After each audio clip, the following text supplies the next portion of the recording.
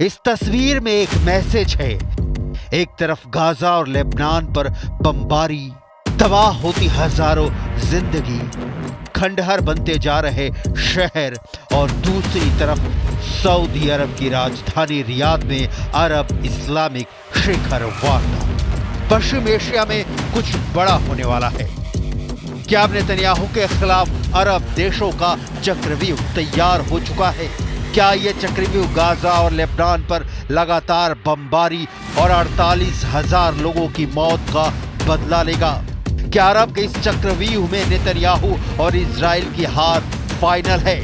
अरब का चक्रव्यूह कौन चला रहा है? क्या इसकी कमान सऊदी अरब के हाथ में है या फिर लगाम ईरान के हाथों में है? मीटिंग ऐसी रही जिसमें 1 साल पहले तक एक दूसरे के कट्टर दुश्मन रहे दोस्त बन चुके हैं। यहां सऊदी अरब की दावत पर सीरिया के राष्ट्रपति बशर अल असद भी पहुंचे।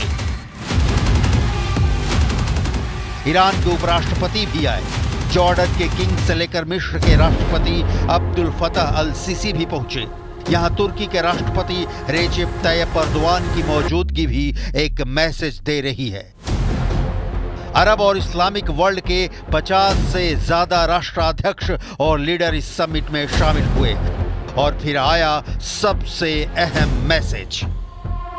सऊदी अरब के क्राउन प्रिंस मोहम्मद बिन सलमान का इजराइल के खिलाफ सबसे तीखा पैगाम, सबसे कड़वे शब्द, सबसे बड़ी चेतावनी।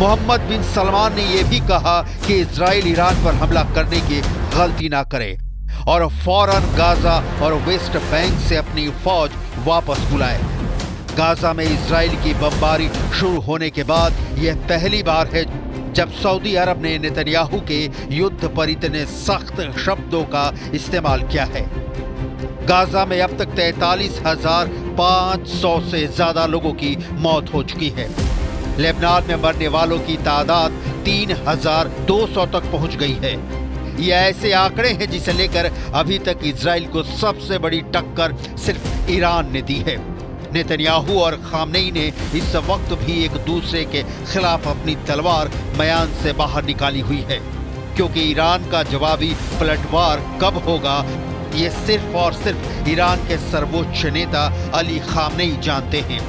लेकिन जब अमेरिका में डोनाल्ड ट्रंप के आने के बाद इजराइल को अरब देशों के साथ अब्राहम अकॉर्ड मजबूत होने की उम्मीद नजर आ रही थी, तब सऊदी अरब के क्राउन प्रिंस मोहम्मद बिन सलमान ने एक ऐसा अरब चक्र दिखाया है जिसमें नेतन्याहू घिरे हुए नजर आ रहे हैं। ये चक्रव्यूह इजराइल के खिलाफ अरब और इस्लामिक देशों का सबसे बड़ा चक्रव्यूह कहा जा रहा है, जो गाजा और लेबनान पर हो रही बमबारी का बदला लेना चाहता है। इसीलिए फिर वही सवाल कि क्या अरब और इस्लामिक देशों के इस चक्रव्यूह में नेतन्याहू और इजराइल की हार फाइनल है?